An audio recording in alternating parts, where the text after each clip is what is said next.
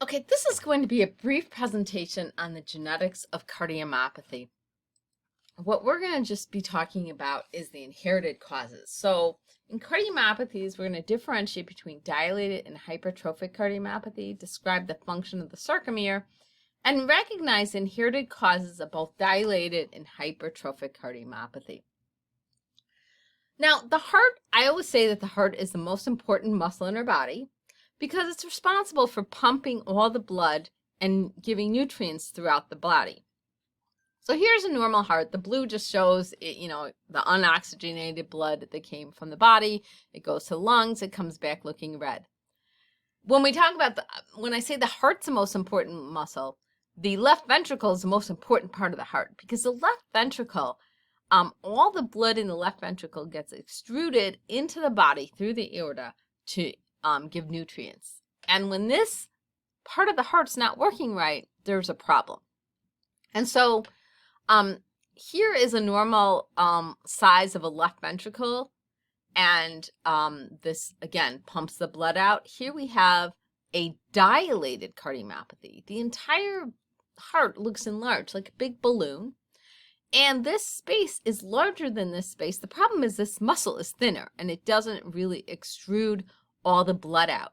So there's something called an ejection fraction, is how much of the blood is being pumped out, and normally it should be about 50 to 60, and here it's probably 20 or 30.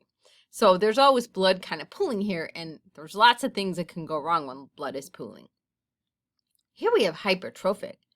So here we have this really thick muscle, but there's not much room in the left ventricle. So A, we don't get a lot of blood out, and B, even though this is thick, it doesn't function very well. So I will leave that to pathology to discuss why that is.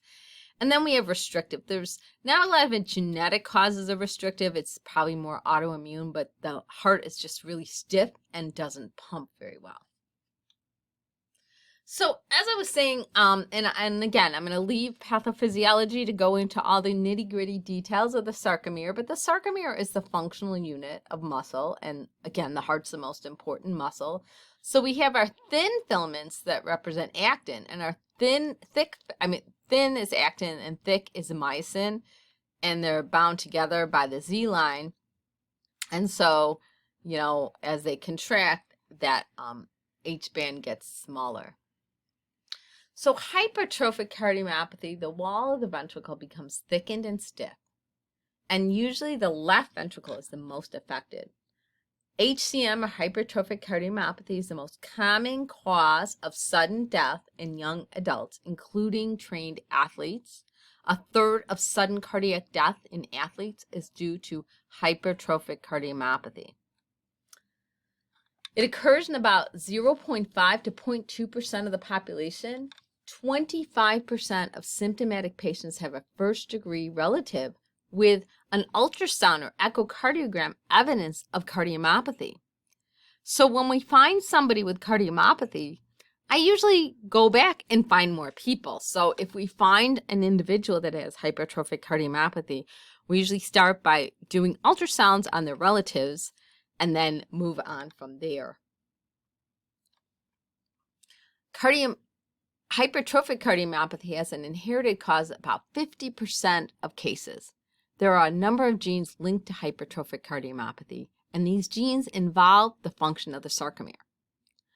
Some of these genes can have different changes that can, in families, sometimes the same change can result in one family member with dilated, others with hypertrophic, and some different changes in that gene are seen more with dilated or hypertrophic.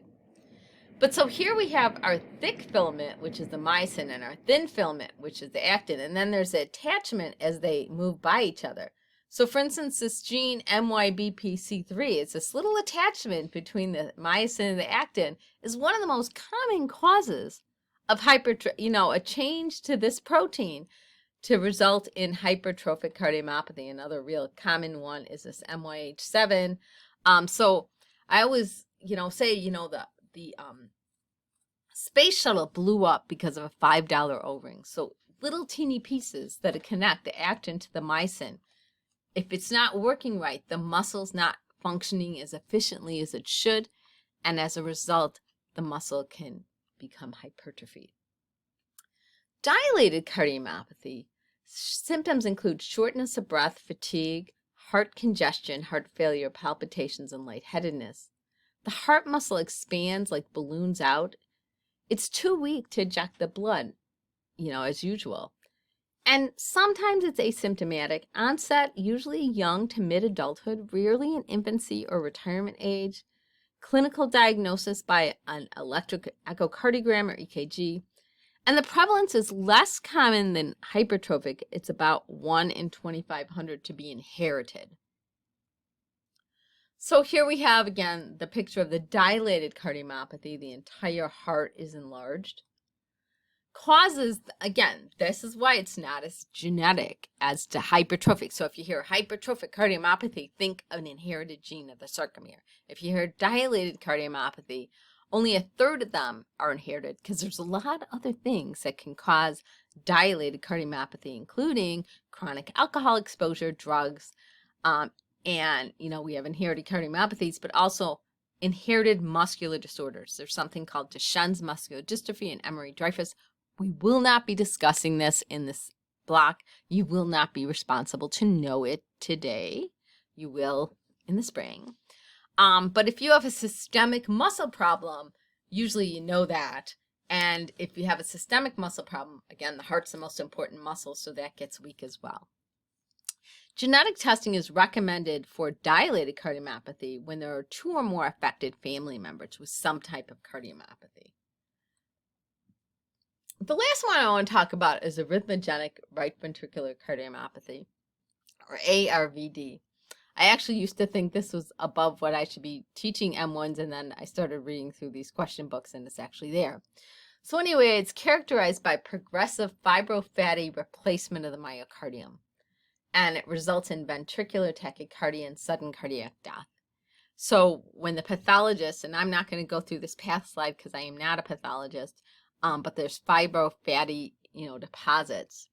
So symptoms include, and this kind of overlaps, it's a cardiomyopathy and an arrhythmia. So it's like the double whammy. Arrhythmia, syncope, palpitations, heart failure, sudden cardiac death, not a good thing. It's a significant cause of sudden cardiac death in young athletes. Again, we have this fatty tissue infiltrates in the cardiac muscle. Often it starts in the right ventricle, but can involve the left ventricle. And it ranges from childhood through adulthood as far as presentation. Most present during young to mid-adulthood. Adolescence to mid-30s is the most common age to have this diagnosis. And fortunately, it's less common than hypertrophic. It's about 1 in 5,000. In ARVC, there's a little bit different in the genes. They're genes of something called the desmosome. And the desmosome causes cells to adhere together. And so acts like a button and snap to hold together the membranes. And you don't need to know these genes, but the only reason I show this is a different group of genes that can result in ARVC. 40 to 50% of patients that have a pathologic diagnosis of that fibrofatty accumulation in the heart muscle. So the pathologist says this is ARVC because of what I'm seeing. About 40 to 50% we will find a gene. Why is that? Probably because we don't know the rest of the genes. They're all inherited in autosomal dominant fashion. And then there's also reduced penetrance. And it may be as low as 50%, which means if a patient has ARVC and we find a gene that's involved in that, just because mom and dad don't have cardiomyopathy doesn't mean they didn't inherit the gene and are at risk of having symptoms. Okay, so you need to actually test other family members, because if they, since the penetrance is only 50%, not everybody with a change in this gene actually develops those same symptoms, but they could, and they also could pass it on to, so if, let's just say if Joey, is found with ARVC and he has 3 brothers and sisters and mom and dad are both healthy and we test and mom has the same change, then his siblings, even if mom's echo looks completely normal, there's a 50% chance she passed that on to her offspring, her other sibling, his other siblings, and they're at risk as well.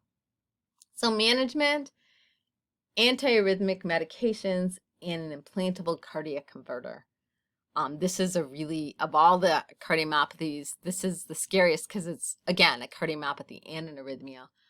So a 15-year-old male has an acute cardiac event during summer football practice. He's in VFib. He was resuscitated in the field. In the hospital, the patient was noted to have hypertrophic cardiomyopathy. There's no family history of cardiac disease or sudden death. Which of the following is true? Because there is no family history, it's unlikely to be genetic. The chance of finding an inherited cause is 30%. The chance of finding an inherited cause is 50%. It is likely a result of substance abuse, and he should be evaluated for a systemic muscle problem. So, he has hypertrophic cardiomyopathy, and the correct answer is B. Just because there's no family history doesn't mean it's genetic. Excuse me, the correct answer is C, 50%. This would be if it's dilated.